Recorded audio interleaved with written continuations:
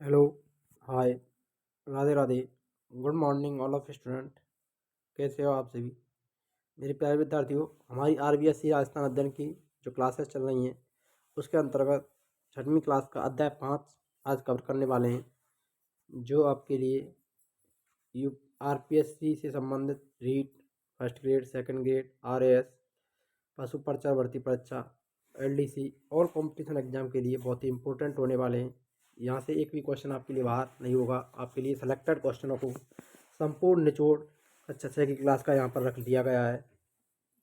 तो आप इस निःशुल्क टेस्ट सीरीज के साथ जल्दी से जल्दी जुड़ जाएं और अधिक से अधिक लोगों को इससे जुड़ने के लिए संपर्क में लाएं ताकि उनको भी इसका फ़ायदा मिल सके। तो देखिए, क्लास शुरू करते हैं। आज़ादी से पूर्व सरकार का स्वरूप। तो आज़ादी से पूर्व राजस्थान में जो सरकार थी उसका स्वरूप कैसा था उसके बारे में यहाँ पर बताया गया है। आज हमारा राज्य कई जिलों में विभाजित है, यानी जिलों में बटा हुआ है। आज़ादी से पूर्व यह किन में विभाजित था ये बताना यहाँ पर। आज़ादी से पहले राजस्थान जब आज़ाद नहीं हुआ था उससे पहले राजस्थान किस में बटा था? जिलों में बटा था, ग्राम पंचायतों में बटा था, उपखंडों में बटा था या विभिन्न रियासतों में बटा था। तो देखिए मेरे प्यारे विद्यार्थियों, आज़ादी से पूर्व की बात करें तो आज़ादी से पूर्व हमारा जो राजस्थान था वो किन में बटा था। आप जल्दी से जल्दी कमेंट भी करके आंसर दे सकते हैं। तो इसका जो राइट आंसर होने वाला है वो चौथा हो जाएगा, विभिन्न रियासत। चौथा वाला ऑप्शन यहाँ पर राइट हो जाएगा। हमारा राजस्थान विभिन्न रियासतों में बटा था। उस समय रियासतों में राजाओं का शासन हुआ करता था। तो विभिन्न रियासत थी। आज़ादी से पूर्व जब राजस्थान का एकीकरण हुआ था तब उस समय की बात कर लें तो 19 रियासत, 3 ठिकाने और 1 केंद्र शासित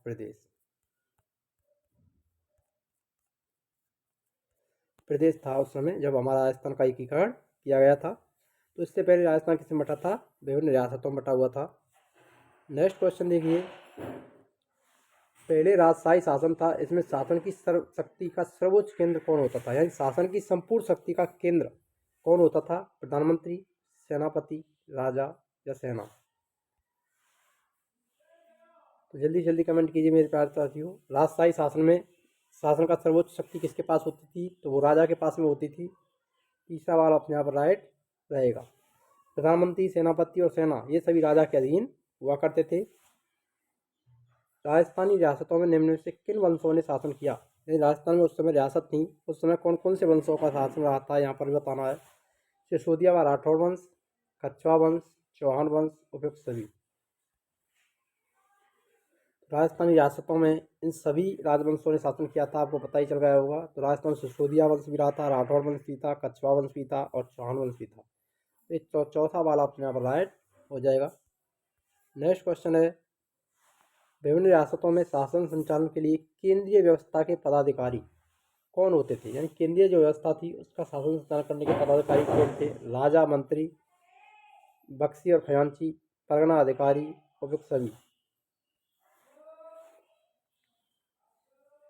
प्रत्येक राज्य या रियासतों को किस में बांटा गया था? परगनों में बांटा जाता था। तो यहाँ पर देखिए राजा, मंत्री ये भी सही है, मीर बख्शी और खजांची और परगना अधिकारी। तो ये चौथा वाला ऑप्शन यहाँ पर राइट हो जाएगा। तो रियासतों में शासन संचालन की केंद्रीय व्यवस्था के सभी पदाधिकारी होते थे। तो इन सभी में राजा होता था, उसके नीचे मंत्री मीर बख्शी होता था, खजांची होता था। मीर बख्शी सेना के वेतन वगैरह के देने वाला, खजांची उसको जो राज्य का हिसाब किताब होता था, राजकोष होता था, उसमें वृद्धि करने का कार्य करता था। और परगना अधिकारी, प्रत्येक परगने का एक अधिकारी नियुक्त होता था जो परगने की देखरेख करने का अधिकार रखता था। राजा अपने शासनकाल में सहायता हेतु मंत्रियों की नियुक्ति करता था। इनमें प्रमुख मंत्री को क्या कहते थे? यानी राजा अपने शासनकाल में यानी शासन कार्यों में सहायता के लिए जिन मंत्री की नियुक्ति करता था उनमें प्रमुख मंत्री जो होते थे उसको किस नाम से जाना जाता था? परगना, वो बख्शी, परगना अधिकारी, दीवान या जागीरदार? जल्दी से जल्दी कमेंट कीजिए मेरे प्यारे साथियों। प्रमुख मंत्री को क्या कहा जाता था उस समय?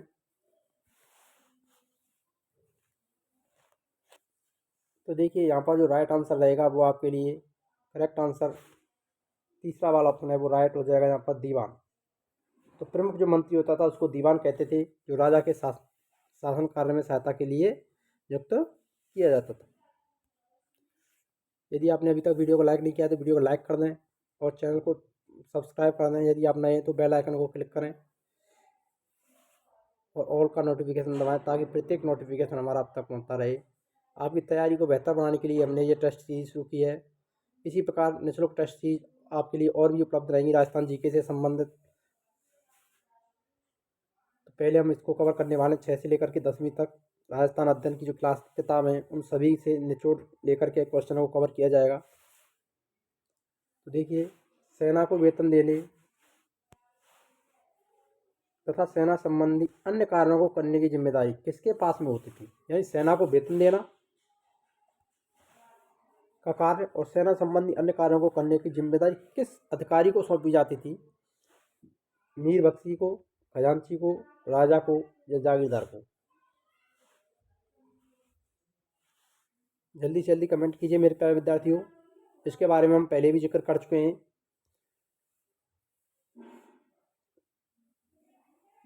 ताकि हमको पता चल सके आपका कौन सा आंसर कितना सही है, कितनी ध्यान से आप पढ़ रहे हो, क्लासेस को देख रहे हो। आपको यहाँ से जितने भी क्वेश्चन कराए जाएंगे वो यहीं के यहीं याद होने जाने चाहिए और यही हमारा प्रयास है कि आपको ये यहीं के यहीं याद हो जाएं। फिर कहीं भी ये क्वेश्चन देखने को मिले तो आप उनको तुरंत हल कर दें। देखिए, यहाँ पर जो राइट आंसर रहेगा, सेना को वेतन देना और सेना संबंधी अन्य कार्यों को करने की जो जिम्मेदारी होती थी वो किसकी होती थी। तो वो होती थी बख्शी की, यानी मीर बख्शी का यह कार्य होता था। पहला वाला ऑप्शन यहाँ पर राइट रहेगा, सेना को वेतन देना और सेना संबंधी अन्य कार्यों को करना। आमदनी के खर्चों के हिसाब को संतुलित रखना, यानी आमदनी जो होती है और उनके खर्चे उनका हिसाब संतुलित रखना। बचत को सुरक्षित कर राजकोष में वृद्धि करने का कार्य किसके पास होता था। यानी जो राज्य की आय व्यय थी उस सभी को बचत को सुरक्षित कर राजकोष में वृद्धि करने का कार्य कौन करता था। तो देखिए, बख्शी, खजांची, दीवान या प्रगणाधिकारी। जल्दी से जल्दी कमेंट में आंसर दीजिए आप मेरे प्यारे विद्यार्थियों। आपको यहाँ से मीर बख्शी का जो कार्य है वो तो यहाँ से हटाई दीजिए, ये तो होगा नहीं। ये इसका कार्य क्या था, सेना को वेतन देना और सेना संबंधी अन्य कार्यों को करना। तो खजांची, दीवान और प्रगणाधिकारी। और दीवान की भी बात करें तो देखिए, यहाँ पर दीवान कौन होता था, राजा का प्रमुख मंत्री जो होता था उसको प्रमुख मंत्री या प्रधानमंत्री होता था, उसको दीवान कहा जाता था। परगना अधिकारी प्रत्येक परगने की देखरेख करने वाला। तो यहाँ पर जो राइट आंसर रहेगा आपके लिए वो कौन सा हो जाएगा मेरे प्यारे विद्यार्थियों। तो वो होने वाला है यहाँ पर दूसरा वाला ऑप्शन यहाँ पर राइट हो जाएगा। खजांची का कार्य आमदनी व खर्चों के हिसाब को संतुलित रख बचत को सुरक्षित करना और राजकोष में वृद्धि करने का कार्य होता था। नेक्स्ट बढ़िए, तत्कालीन राज्य कई परगनों में विभाजित था, यानी उस समय के जो राज्य थे उनको कई परगनों में बांटा गया था। इन परगनों में शांति व्यवस्था बनाए रखने की जिम्मेदारी किसको दी गई थी। यानी किस अधिकारी की व्यवस्था परगनों में शांति व्यवस्था को बनाए रखने की होती थी। मीर बख्शी की, खजांची की, दीवान की या परगना अधिकारी की। तो अब तो आपको आंसर का अंदाजा भी लग रहा होगा, पता भी चल गया होगा इसका आंसर क्या होने वाला है मेरे प्यारे विद्यार्थियों। तो देखिए, वीर बख्शी सेना संबंधी कार्यों को करने वाला, सेना को वेतन देने वाला। खजांची राजकोष में वृद्धि करना, आय व्यय का हिसाब रखने वाला अधिकारी। दीवान राजा का प्रमुख अधिकारी। तो यहाँ पर जो राइट आंसर रहेगा वो कौन सा हो जाएगा मेरे प्यारे विद्यार्थियों। तो वो हो जाएगा यहाँ पर परगना अधिकारी। तो परगना अधिकारी का कार्य होता था शांति व्यवस्था बनाए रखना, यही परगनों में शांति व्यवस्था बनाए रखने का कार्य किसका होता था, परगना अधिकारी का। चौथा वाला ऑप्शन यहाँ पर राइट हो जाएगा। नेक्स्ट क्वेश्चन आता है, ग्राम राज्य प्रशासन की सबसे छोटी इकाई है जिसे प्रशासन करती थी। यानी ग्राम राज्य प्रशासन की सबसे छोटी इकाई होती है जिसका प्रशासन कौन किसके द्वारा किया जाता था। आपको यहाँ पर ये आंसर देना है, तहसील, ग्राम पंचायत, पंचायत समिति या उपखंड।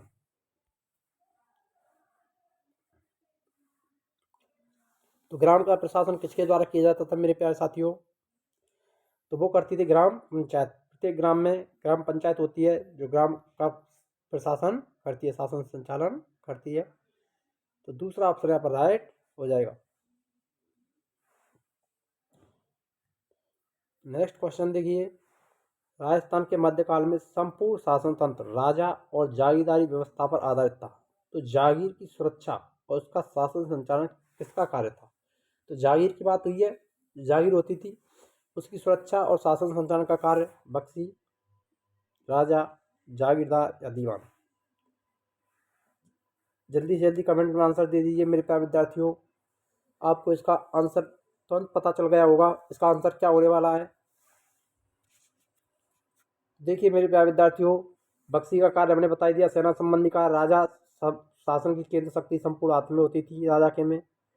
और आपको बता दें, दीवान राजा का प्रमुख प्रधानमंत्री होता था। तो यहाँ पर जागीर की जो जिम्मेदारी दी जाती थी, जागीर की सुरक्षा और शासन संचालन किसको दिया जाता था? जागीरदार को। और परगने में शांति व्यवस्था बनाए रखने की जिम्मेदारी परगना अधिकारी की होती थी। तीसरा वाला ऑप्शन यहाँ पर राइट हो जाएगा। राजस्थान के जागीरदारी व्यवस्था का विकसित एवं स्पष्ट स्वरूप किसके शासनकाल में प्रारंभ हुआ था? राजस्थान में जो जागीरदारी व्यवस्था का विकास हुआ था और उसका स्पष्ट स्वरूप है किसके शासनकाल में प्रारंभ हुआ था? यहाँ पर वंश बताए गए हैं, राजपूत वंश, कुषाण वंश, गूढ़ वंश या मुगलों के समय।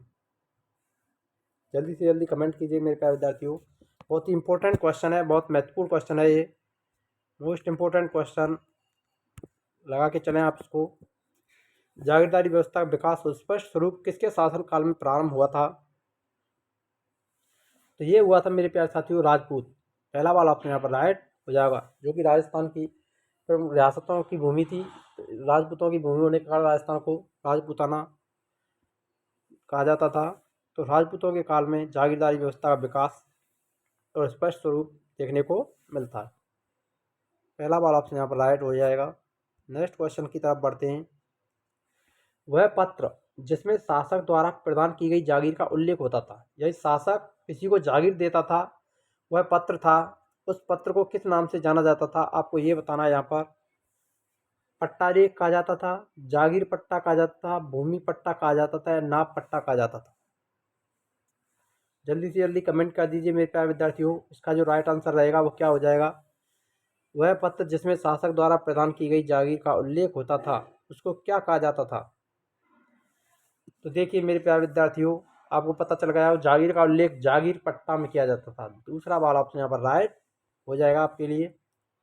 अगला क्वेश्चन है, जागीरदारी व्यवस्था संबंधी असत्य कथन को पहचाने। इन असत्य कथन की पहचान करनी है जागीरदारी व्यवस्था के बारे में। यह रक्त संबंध पर आधारित सगोत्रीय कुलीन व्यवस्था थी। ये यहाँ पर राइट है। राजा द्वारा महत्वपूर्ण प्रशासनिक पदों पर जागीरदारों की नियुक्ति की जाती थी।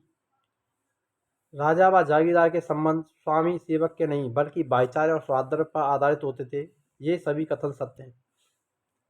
तो देखिए यहाँ पर ये दूसरा भी सही है, तीसरा भी सही है, तो ये चौथा वाला ऑप्शन यहाँ पर राइट हो जाएगा आपके लिए। तो ये सभी कथन जागीरदारी व्यवस्था से संबंधित हैं, सत्य कथन है, इनमें असत्य कथन कोई भी नहीं है। नेक्स्ट क्वेश्चन है, अंग्रेजी राज्य की स्थापना के बाद भारत प्रशासनिक दृष्टि से कितने भागों में बटा था? इन भारत में जब अंग्रेजी राज्य की स्थापना हुई थी उस समय भारत को प्रशासनिक दृष्टि से, प्रशासनिक कार्यों की दृष्टि से कितने भागों में बांटा गया था? 2, 7, 8 या 10?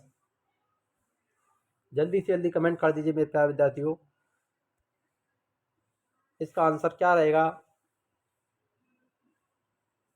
तो देखिए इसका जो राइट आंसर हो जाएगा, तो अंग्रेजी राज्य की स्थापना के साथ भारत प्रशासनिक दृष्टि से कितने भागों में विभाजित था? तो 2 भागों में बांटा गया था। पहला वाला ऑप्शन यहाँ पर राइट हो जाएगा। पहला जो भाग था वो ब्रिटिश भारत,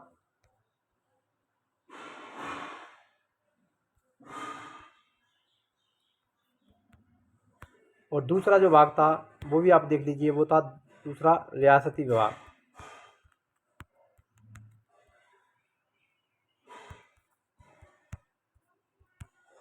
ब्रिटिश भारत जो ब्रिटिश सरकार के अधीन होता था, और रियासती भारत जो रियासतों के अधीन था, प्रत्येक राजाओं के अधीन होते थे। तो 2 भागों में बांटा गया था। नेक्स्ट क्वेश्चन देखिए, ब्रिटिश कालीन भारत कितने प्रांतों में बटा हुआ था? अब बात की गई है प्रांतों की, तो ब्रिटिश कालीन जो भारत था उसको कितने प्रांतों में बांटा गया था, आपको ये बताना है यहाँ पर। तो जल्दी से जल्दी कमेंट कीजिए मेरे प्यारे विद्यार्थियों। इसका जो राइट आंसर रहेगा वो क्या रहेगा? 10, 11, 12 या 15 प्रांत? तो ब्रिटिश भारत को कितने प्रांतों में बांटा गया था, ये बताना है यहाँ पर। 10, 11, 12 या 15? तो देखिए यहाँ पर जो राइट आंसर रहेगा मेरे प्यारे विद्यार्थियों, वो हो जाएगा आपका यहाँ पर सेकंड ऑप्शन राइट हो जाएगा। दूसरा वाला 11 प्रांतों में भारत को बांटा गया था। कितने प्रांतों में बांटा गया था? 11। ब्रिटिश कालीन भारत केंद्र शासित प्रदेश एवं 11 प्रांतों में बटा हुआ था। और सभी प्रांत के अंतर्गत गवर्नर होते थे। किसके अधीन होते थे? गवर्नर के अधीन। ये भी आपको ध्यान में रखना है। नेक्स्ट क्वेश्चन देखिए, राजस्थान में केंद्र शासित प्रदेश था, यानी राजस्थान में कौन सा केंद्र शासित प्रदेश था जो ब्रिटिश सरकार के अधीन होता था? कोटा, जोधपुर, अजमेर, मेरवाड़ा, जो जयपुर। जल्दी से जल्दी बता दीजिए। एकीकरण के समय राजस्थान में एकमात्र केंद्र शासित प्रदेश था, और वो कौन सा था मेरे प्यारे विद्यार्थियों? जल्दी से जल्दी कमेंट कीजिए। और जिसको सबसे अंत में एकीकरण में मिलाया गया था राजस्थान में, तो वो हो जाएगा यहाँ पर तीसरा वाला ऑप्शन, अजमेर मेरवाड़ा। तीसरा ऑप्शन यहाँ पर राइट रहेगा। अजमेर मेरवाड़ा राजस्थान के एकीकरण से पहले 19 रियासत, हमने बता ही दिया था, 3 ठिकाने और एक केंद्र शासित प्रदेश में विभाजित था। तो ये कौन सा था? केंद्र शासित प्रदेश, ब्रिटिश सरकार के अधीन था, केंद्र के अधीन था अजमेर मेरवाड़ा। तीसरा वाला ऑप्शन यहाँ पर राइट रहेगा। नेक्स्ट क्वेश्चन की तरफ बढ़ते हैं। भारत के प्रथम वायसराय कौन थे? गवर्नर जनरल की बात नहीं की है, यहाँ पर प्रथम वायसराय की बात की गई है। तो भारत के प्रथम वायसराय कौन थे? Lord Irwin, Lord Canning, Lord Dalhousie, William Bentinck. प्रथम वायसराय की बात की गई है यहाँ पर। भारत के प्रथम वायसराय कौन थे मेरे प्यारे विद्यार्थियों? जल्दी से जल्दी कमेंट कीजिए। प्रथम viceroy Lord Irwin, Lord Canning, Lord Dalhousie, William Bentinck. तो देखिए मेरे प्यारे विद्यार्थियों, भारत के प्रथम वायसराय की बात करें तो यहाँ पर जो राइट आंसर रहेगा वो कौन सा हो जाएगा? तो यहाँ पर राइट आंसर रहेगा आपके लिए लॉर्ड कैनिंग। कौन सा रहेगा? लॉर्ड कैनिंग रहेगा। तो भारत के प्रथम वायसराय कौन थे मेरे प्यारे विद्यार्थियों? तो वो थे लॉर्ड कैनिंग। दूसरा वाला ऑप्शन यहाँ पर राइट हो जाएगा आपके लिए। तो बात करें तो भारत के प्रथम गवर्नर जनरल,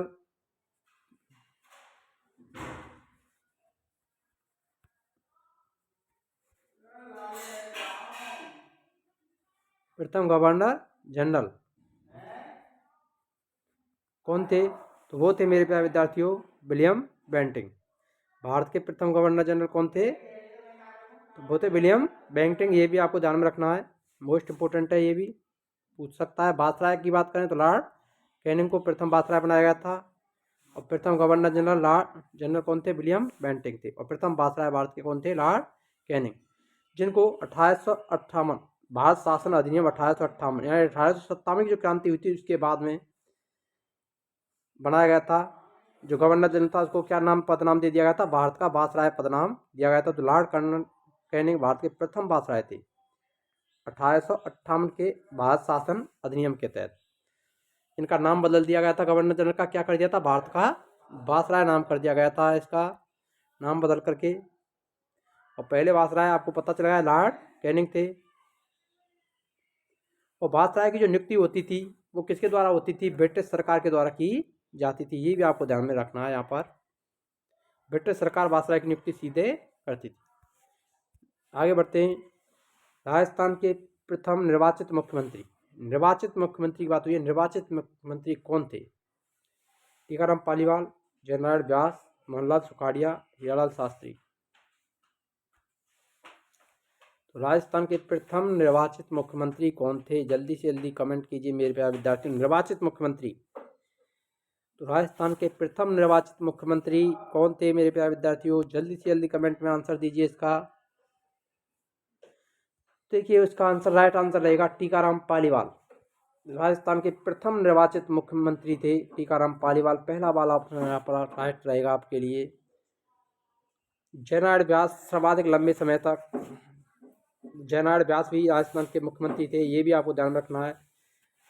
और बात करें तो मनोनीत मुख्यमंत्री की, प्रथम मनोनीत जो मुख्यमंत्री थे वो कौन थे? हीरालाल शास्त्री थे। ये भी आपको ध्यान रखना है। ये तो निर्वाचित थे, और मनोनीत, मनोनीत कौन थे? मनोनीत प्रथम हीरालाल शास्त्री थे। ये भी आपको ध्यान में रखना है।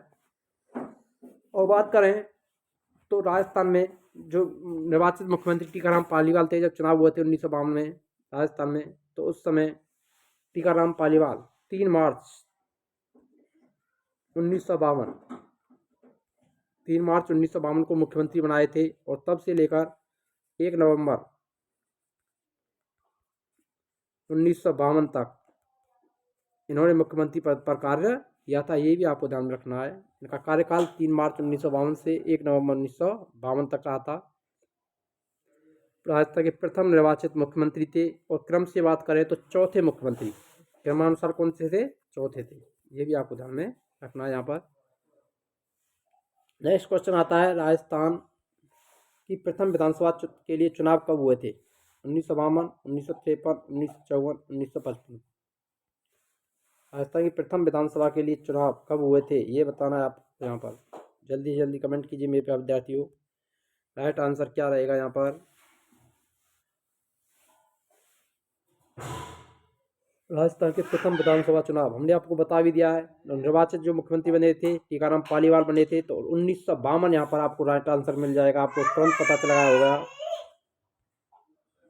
तो पहला वाला ऑप्शन यहाँ पर राइट हो जाएगा आपके लिए। करेक्ट आंसर रहेगा प्रथम विधानसभा चुनाव 1952 से 1957 तक, 1952 में हुए थे, 1957 तक ये कार्यकाल था।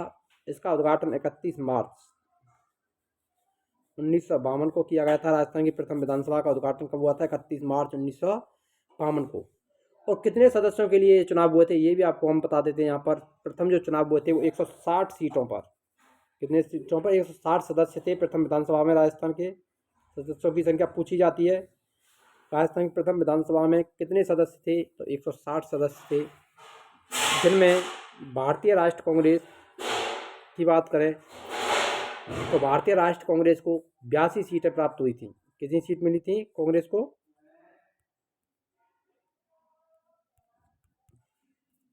कांग्रेस को 82 सीटें मिली थी। और कांग्रेस की रामराज्य पार्टी जो दूसरे नंबर पर थी, उसको 78 सीटें। कितनी? 78। रामराज्य पार्टी, कांग्रेस से होकर के एक अलग पार्टी बनी थी, जिसको 78 सीटें प्राप्त हुई थी। ये भी आपको ध्यान में रखना है। तो कितनी मुख्य चीज़ है यहाँ पर, कितनी सीटों पर चुनाव हुए थे? 160 सीटों पर। उद्घाटन 31 मार्च 1952 को प्रथम विधानसभा का उद्घाटन हुआ था।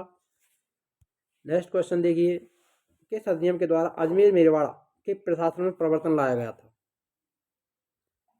किस अधिनियम द्वारा अजमेर मेरवाड़ा के प्रशासन में परिवर्तन लाया गया था, ये बताना है आपको। जल्दी से जल्दी यहाँ पर कमेंट कीजिए मेरे प्यारे विद्यार्थियों। 1833, 1935, 1909, 1919 का अधिनियम। कौन सा अधिनियम था यहाँ पर? जल्दी से जल्दी कमेंट में आंसर दे दीजिए। 1935, 1909, 1919 या 1833? तो यहाँ पर राइट आंसर रहेगा 1935 का अधिनियम। दूसरा वाला ऑप्शन यहाँ पर करेक्ट हो जाएगा। अजमेर मेरवाड़ा के प्रशासन में परिवर्तन लाया गया था। 1935 का भारत सरकार अधिनियम, ये 1 अप्रैल 1937 से लागू हुआ था। ये भी आपको यहाँ पर ध्यान रखना है। 1937 में लागू किया गया था, जिसके द्वारा अजमेर मेरवाड़ा के प्रशासन में परिवर्तन लाया गया। इसके बाद इसे विदेश और राजनीतिक विभाग के स्थान पर भारत सरकार के गृह विभाग के अंतर्गत लाया गया था। अजमेर मेरवाड़ा किसके अंतर्गत था? गृह विभाग के अधीन आ गया था। ये आपको इसमें ध्यान रखना है। राज्य की सबसे छोटी इकाई कौन सी है? जल्दी से जल्दी कमेंट कीजिए। ग्राम, तहसील, पंचायत समिति, जिला। तो राज्य की सबसे छोटी इकाई कौन सी होती है मेरे प्यारे विद्यार्थियों? आपको तुरंत पता चल गया होगा इसका आंसर। ग्राम, प्रत्येक ग्राम होता है। तो राइट आंसर पहला वाला ऑप्शन यहाँ पर करेक्ट हो जाएगा। नेक्स्ट क्वेश्चन, राजा अपने छोटे भाइयों को जीवन यापन के लिए जागीर आवंटित करता था। भाई बंधु को दी गई भूमि का स्वामी कहलाता था। सामंत, जागीरदार, कृषक या राजा? क्या कहते थे उसको मेरे प्यारे विद्यार्थियों? जल्दी से जल्दी कमेंट कीजिए। राजा अपने छोटे भाइयों को जीवन यापन के लिए जागीर आवंटित करता था। भाई बंधु को दी गई भूमि का स्वामी कहलाता था। जागीर को जागीरदार कहा जाता था। क्या कहते थे? जागीरदार। दूसरा वाला अपने यहाँ पर राइट हो जाएगा। मनसबदारी प्रथा का प्रचलन कब से हुआ था? गुप्त काल से, मौर्य काल से, सल्तनत काल से या मुगल काल से? मनसबदारी प्रथा की शुरुआत किस काल से मानी जाती है? मनसबदारी व्यवस्था 2000 जात, 5000 जात, 7000 का मनसब प्रदान किया जाता था। तो वो कौन सा काल था? तो वो था मेरे प्यारे साथियों मुगल काल। चौथा वाला ऑप्शन यहाँ पर राइट हो जाएगा। मानसिंह को 5000 और जात और 7000 जात सवार की मनसबदारी प्रदान की गई थी। तो चौथा वाला ऑप्शन यहाँ पर राइट रहेगा। नेक्स्ट क्वेश्चन और अंतिम क्वेश्चन है आज की वीडियो का। ब्रिटिश भारत में सभी प्रांतों के गवर्नर किसके प्रति उत्तरदायी थे? भारत के गवर्नर जनरल के प्रति, ब्रिटिश गवर्नर जनरल के प्रति, वायसराय के प्रति या ब्रिटेन की रानी के प्रति?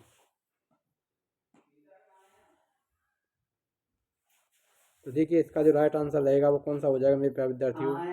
देख क्या लग रही है। तो देखिए भारत के गवर्नर जनरल के प्रति, ब्रिटिश गवर्नर जनरल के प्रति, वायसराय के प्रति या ब्रिटेन की रानी के प्रति?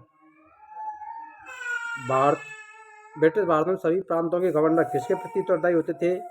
तो वो होते थे मेरे प्यारे साथियों भारत के गवर्नर जनरल के प्रति। पहला वाला ऑप्शन यहाँ पर राइट हो जाएगा। अगर वीडियो अच्छी लगी तो वीडियो लाइक करें, शेयर करें और अधिक से अधिक कमेंट करें। मिलते हैं नेक्स्ट वीडियो में, तब तक के लिए जय हिंद, राधे राधे, जय श्री कृष्ण।